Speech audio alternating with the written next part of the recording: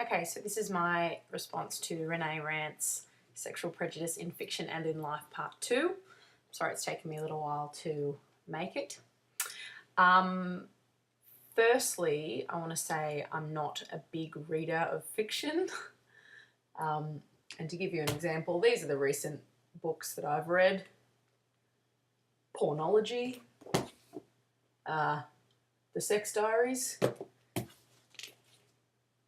Oedipus Revisited, Sexual Behaviour in the Human Male Today, What Men Want in Bed, and I just finished this one, The New Male Sexuality. So it's not that I'm just obsessed with sex, it's that it's actually my chosen career. So generally I read kind of non-fiction,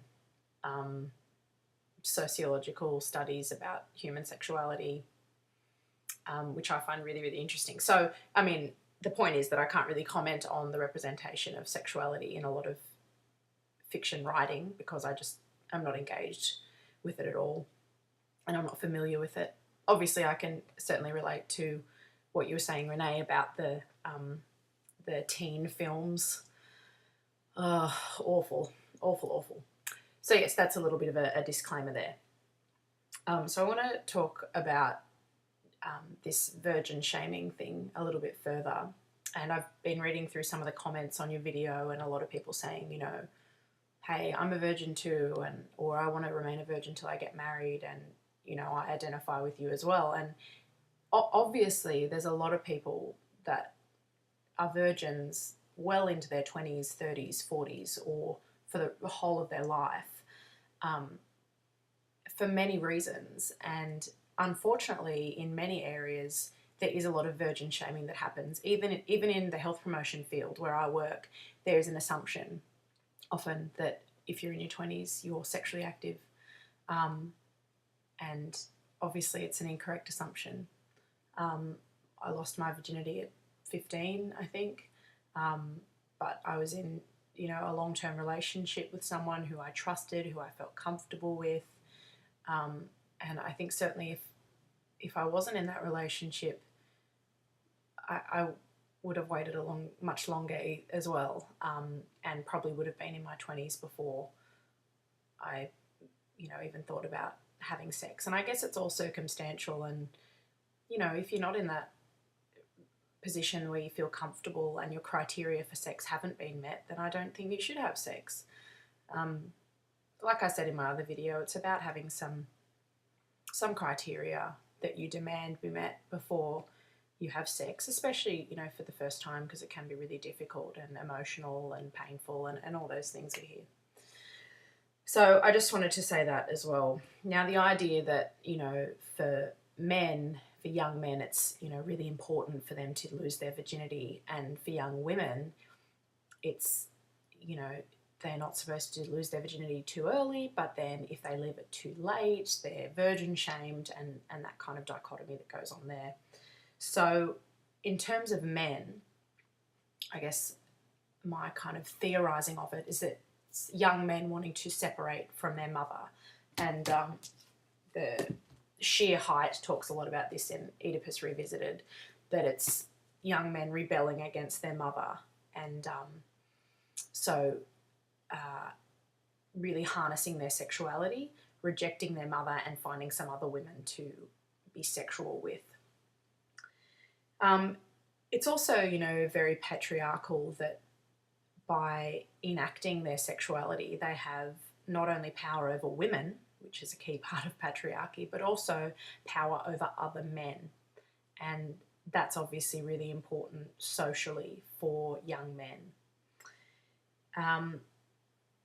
It's also kind of men coming into their manliness by using their phallus, and it's a symbol of them entering adulthood, I guess.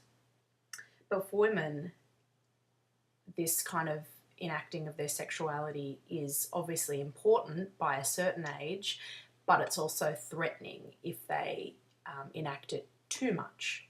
So it's got to be a balance for women, apparently, that, you know, you've got to have sex by a certain age, but not too early or you're a slut, but not too late or you're a prude or frigid or whatever word you want to use. And like I was saying in the other video, there's this idea that women are the gatekeepers of sex. So they're not supposed to give it away too easily and be sluts, but they're also not supposed to withhold it from men too much. And that's where the virgin shaming comes in, I think, because while women are the gatekeepers, men really ultimately have the key and should be entitled to sex when they want it. So it's, you know, there's really no answer as to why it happens and how it happens, but they're just some of the ideas that were going through my head while I was listening to your video, that, you know, to a certain extent women are the gatekeepers, but ultimately they're controlled by men, and women should not withhold sex from men to a certain degree. I also want to talk a little bit about 50 Shades of Grey. A lot of people have been asking me if I'm going to read it, because obviously I read a lot about sex. I've got I've got a few books about bondage, dominance, sadomasochism, all that stuff. I haven't read 50 Shades of Grey.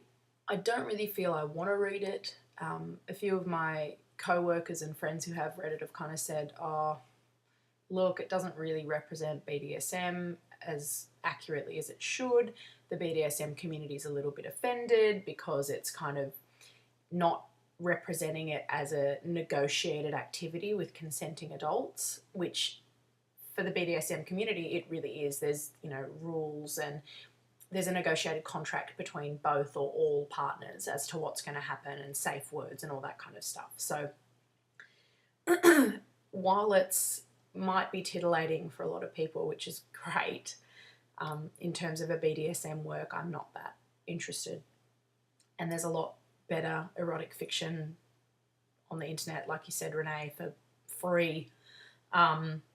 So I'm not probably going to read 50 Shades of Grey. If someone thinks I should, let me know. But yeah, I think just for the hype of it, it's probably not worth it. So I think that's probably all I wanted to say.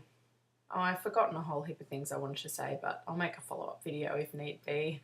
Thanks again, Renee. It's been a good topic to think about, and I enjoyed your rant, and I hope there's more in the future. Any sex-related topics, I'll be there. All right, see ya.